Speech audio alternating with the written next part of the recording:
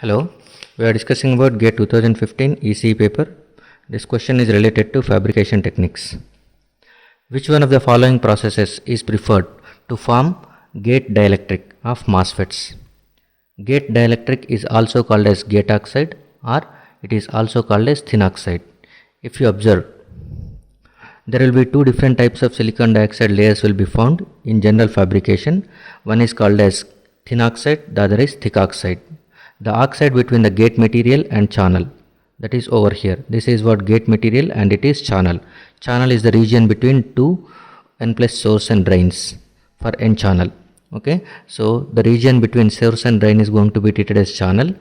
The oxide between gate and channel is going to be treated as gate oxide, and it is also called as thin oxide. And there will be some other oxide is also present, that is called as thick oxide or field oxide. Thick oxide, or it is also called as field oxide, that is also SiO2 layer only, but whose dimensions are going to be large, that is it is going to be a thick, whereas the gate oxide is thin. Thick oxide is mainly used for the isolation purposes, that is horizontal and vertical isolation provides at a given layer with the help of this field oxide. And gate oxide is going to be mainly used for the mass capacitor action. Okay, so because this forms MOS, this is going to be a mass metal oxide semiconductor, and for this one mass is going to be acting, this portion is acting as capacitor. For that capacitor, dielectric material, it is going to be looks like parallel plate capacitor. For parallel plate capacitor, we know that one dielectric plays an important role. That dielectric function is performed with the help of gate oxide. Okay, and these four, there are four options are given for this one, which process is going to be making gate oxide. Okay, one is sputtering, second one is molecular beam epitaxy, C wet oxidation, D dry oxidation. The right answer is D dry oxidation. But if you observe, all four are going to be used for the thin film deposition techniques. All four are going to be treated as thin film deposition techniques. Thin film deposition techniques. Out of this one, dry oxidation is going to be the best option, and we will see one after the other. First we will see about the sputtering. Sputtering is a process whereby atoms are ejected from a source material and rapidly travel to the substrate, so that on the substrate they will get deposited, and the deposited layer is going to be treated as thin film. Here sputtering material is also called as source material.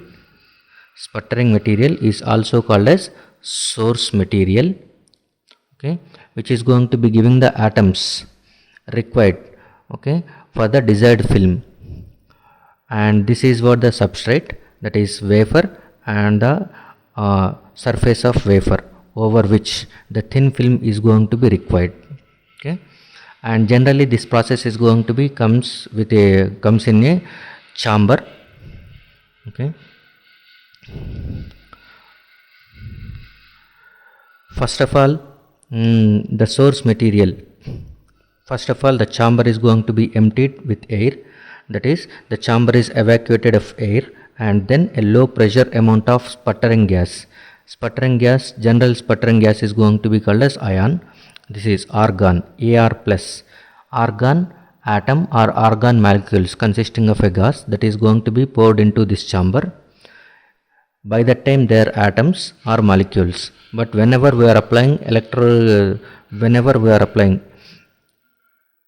inter-electrode voltage, then this argon atoms or molecules are turned into argon ions, and argon ions are going to be of positive ion nature, so that we will make this sputtering target more negative with respect to this target, that is silicon wafer substrate.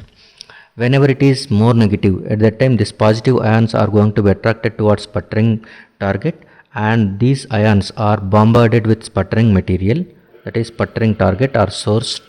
Okay, and then because of this one, the atoms from this sputtering target are going to be ejected, and they will be attracted towards this surface. So these ions, whenever they bombard, at that time they will take the place of the atoms which are ejected from this sputtering target, and they will be depositing on this silicon wafer.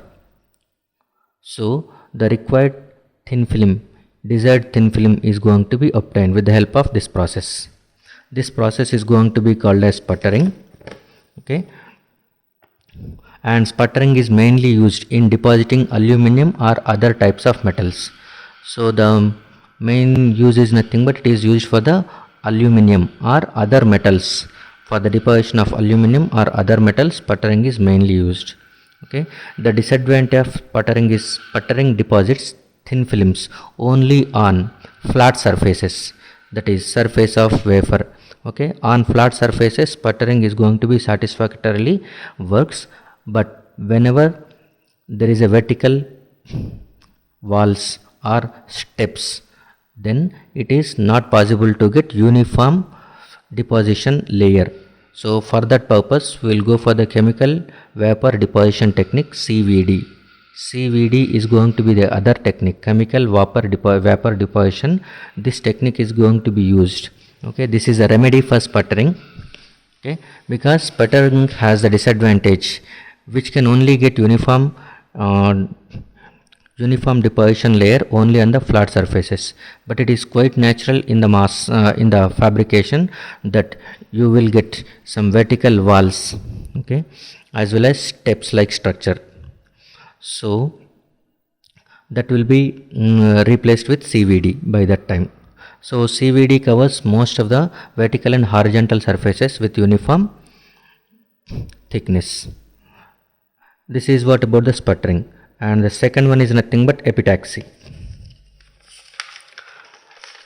Epitaxy is a special type of thin film deposition technique, whereas sputtering and CVD methods yield either amorphous or polycrystalline films.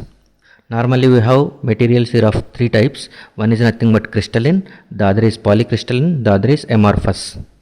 So sputtering and CVD techniques, chemical vapor deposition methods, gives amorphous or polycrystalline films, whereas epitaxy produces a crystalline layer over a crystalline substrate.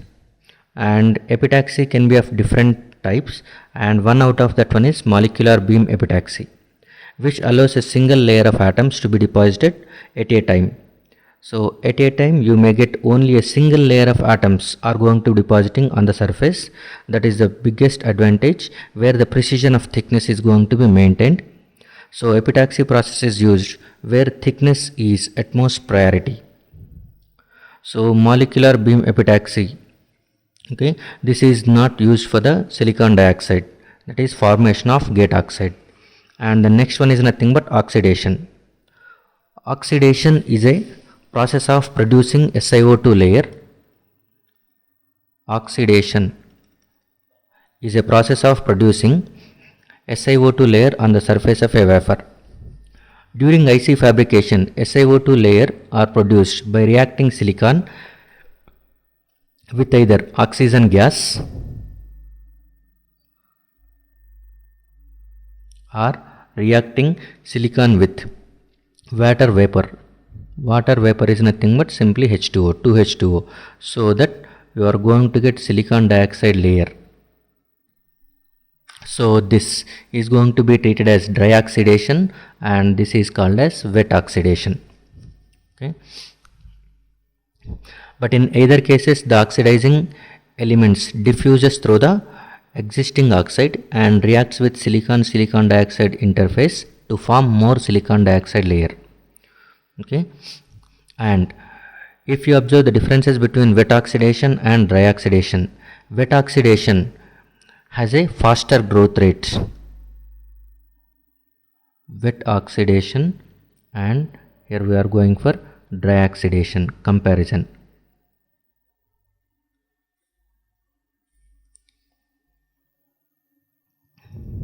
So wet oxidation has a faster growth rate.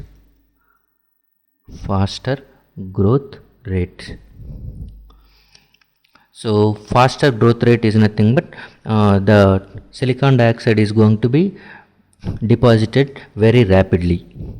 So it is used in the formation of thick oxide. Okay, so the main advantage, it is used for thick oxides generation.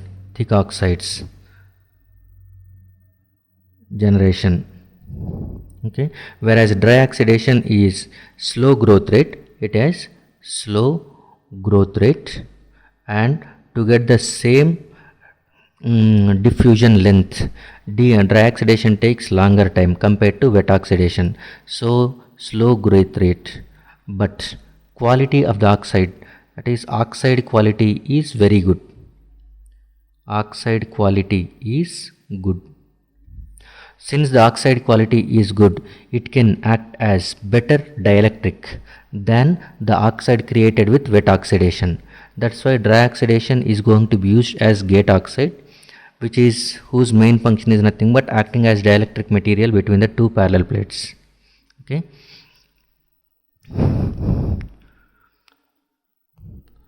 And the one more advantage is nothing but, since dry oxidation, okay, is going to be doing its lower growth rate, but the density of the atoms diffused is going to be large. So even though the growth rate is going to be slow, but the density of the oxide elements it is diffusing is going to be more. So dry oxidation also results in a higher density oxide.